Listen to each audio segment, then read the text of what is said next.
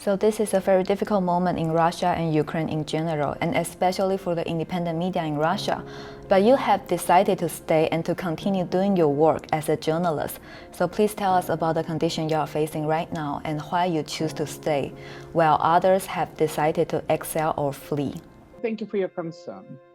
I don't know how long I will be able to stay here in Russia because the situation is getting from bad to worse. Russian authorities passed some repressive laws that basically make it close to impossible to write anything unless you are ready to risk 15 years in jail. Just yesterday, the new addendums to the repressive law, less than 1 month old, were passed. And in according to that, no critique of President Putin or State Duma or army, and so it goes, any state agencies, no critique is plausible. So it becomes real difficult. Basically, all of us, all independent websites, all independent electronic media got shut down. We work under the VPN. It means that our readers or our listeners, they have to have virtual private network. Basically, the way it happens in Hong Kong. Your listeners, they should be aware about that, because what happened in Russia in the last month, that's exactly what happened in Hong Kong in half a year ago. Mm-hmm. So a lot of journalists immigrated, left the country. All, as I said, all independent networks and websites and publications, they are under either assault or they totally blocked. There are, people, even newsmakers, even, people who used to be in entertainment business, they spoke against the war and therefore they had to leave. They have to leave the country. So that's the situation. It's not nice. Our audience is very interested in knowing what the Russian people think about this war and about the current situation. We will greatly appreciate your insights about Russian public opinion at this moment.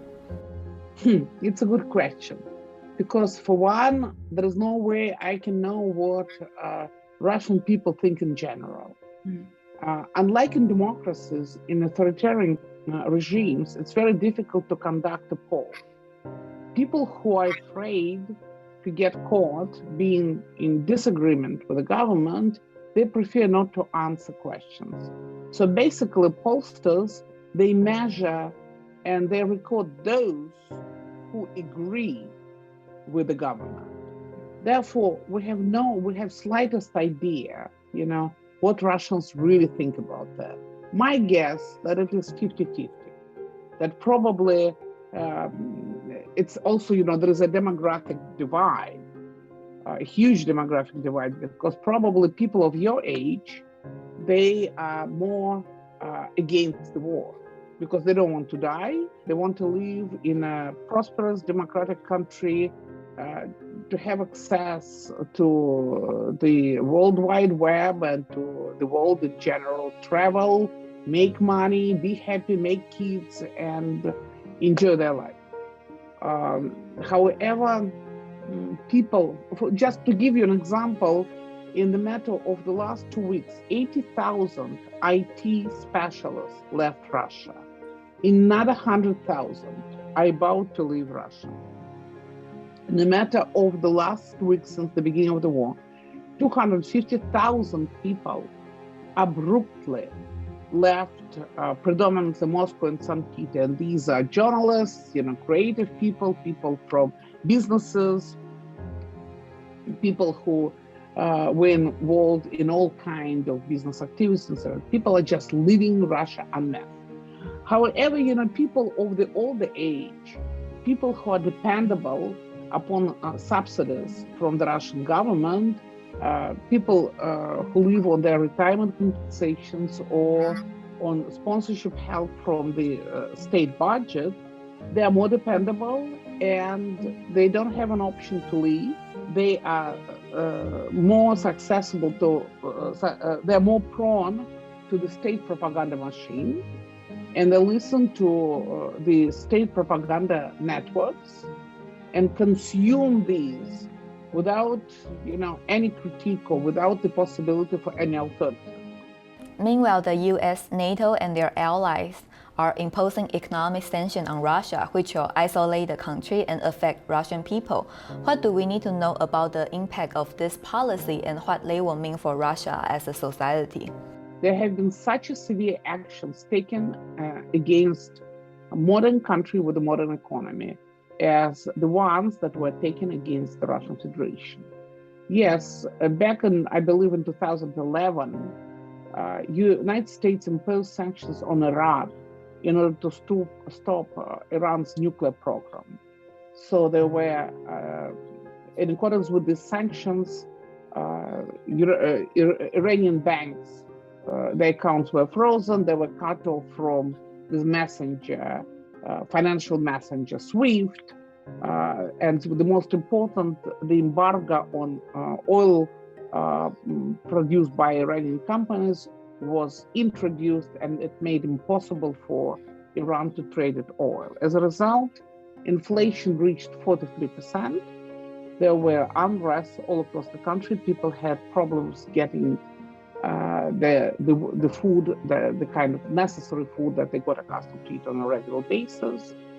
And by the end of 2012, Iran proclaimed refusal from the further development of its nuclear program.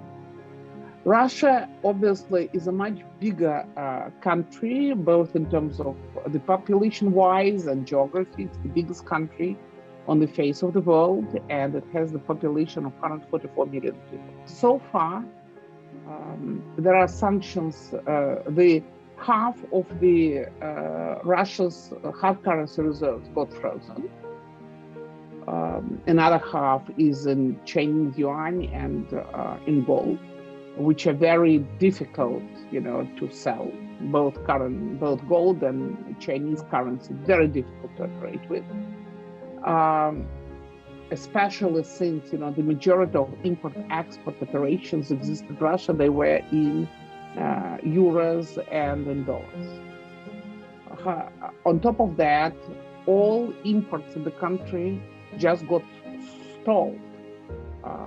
The majority of the banks which were in charge of transactions necessary for these import-export operations, either under sanctions or no longer can operate. Rich people lost a hell of a lot of money because they invested in Russian blue chips as well as some, and now, their money either frozen or they just, they lost everything they invested into these Russian blue chips. The most important that following the barbarian bombardment of the Ukrainian cities, more than 300 different companies stopped their operation from the West and from other countries, but predominantly from the West. They stopped their operation in Russia, whether we're talking about PricewaterhouseCoopers or Ernst & Young, or whether we're talking about McDonald's, which closed all its 850 stores. So as a result, more than 600,000 people lost their jobs.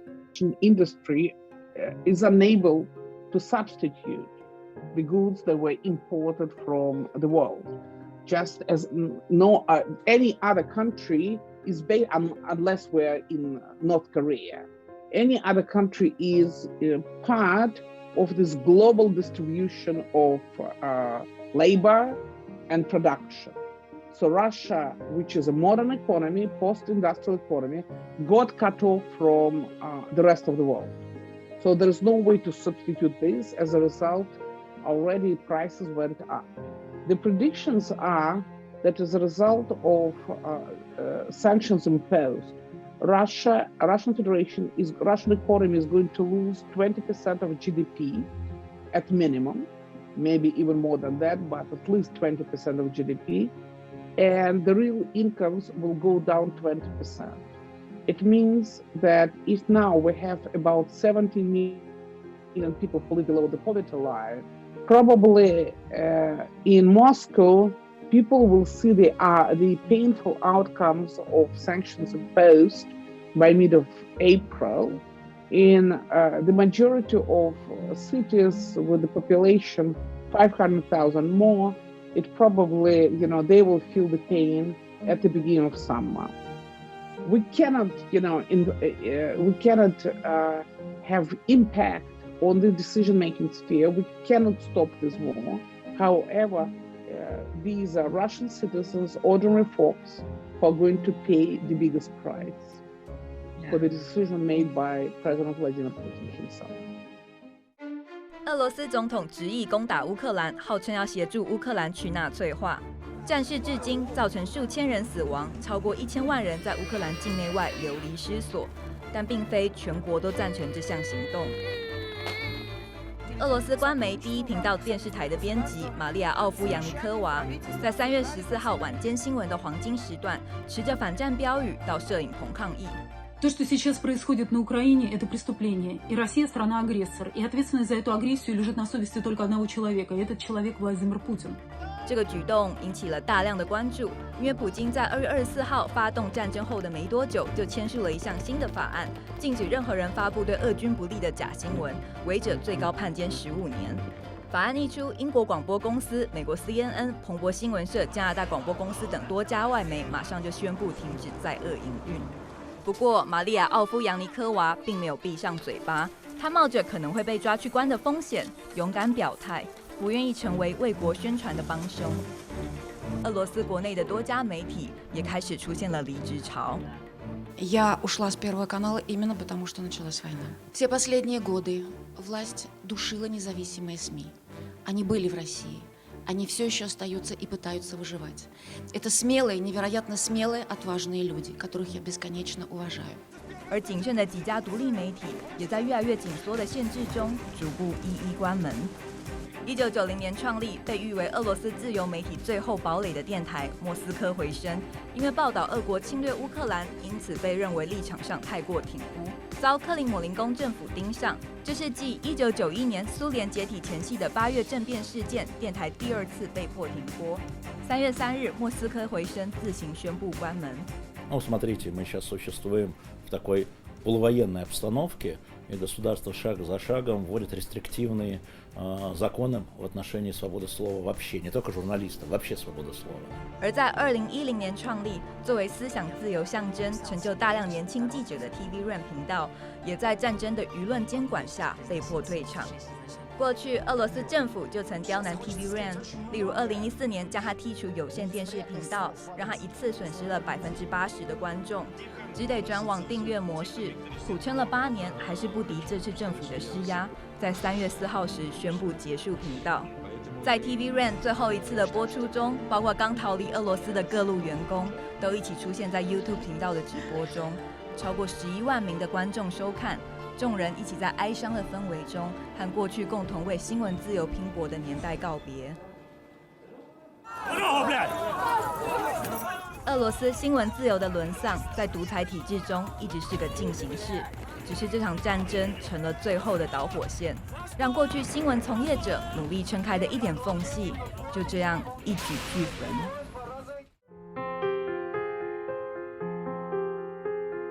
2006年10月7号，《星报》著名的记者安娜·波利特科夫斯卡娅在位于莫斯科住处的大楼入口处遭人暗杀，这在全球引起了强烈的愤慨。《星报》也因此以悲壮的形象获得了国际的名声。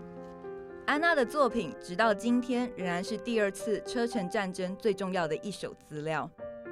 在安娜的壮烈牺牲之外，调查记者格鲁诺夫也因为揭露莫斯科精英圈的贪腐恶行而惹祸上身。他因为一宗捏造的贩毒案被逮捕，最高可能遭处20年的刑期。此案一出，其他独立媒体同业激烈抗议，要求要重启调查。最后，当局承认本案缺乏证据，而将格鲁诺夫释放。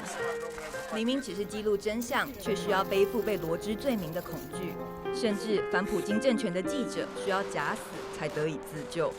曾经参与过2次车臣战争的战地记者阿卡季·巴布琴科，在2018年5月29号时，由乌克兰警方宣布在家中遭人枪杀身亡，幕后黑手则指向了俄罗斯政府的特工暗杀。没想到不到24小时，巴布琴科竟然活生生地出现到了记者会上，宣布这是为了躲避俄国的暗杀威胁和乌克兰政府共同精心策划的一场假死计中计。巴布琴科的假死与复活引发了不少的争议，包括他明明是记者，却和乌国政府一起制造假新闻。但这些批评似乎忘了，巴布琴科需要制造假新闻的原因，是因为在扼杀言论自由的威权国度，以及夹在两国冲突间，时时刻刻得担忧自身安全的不得不然。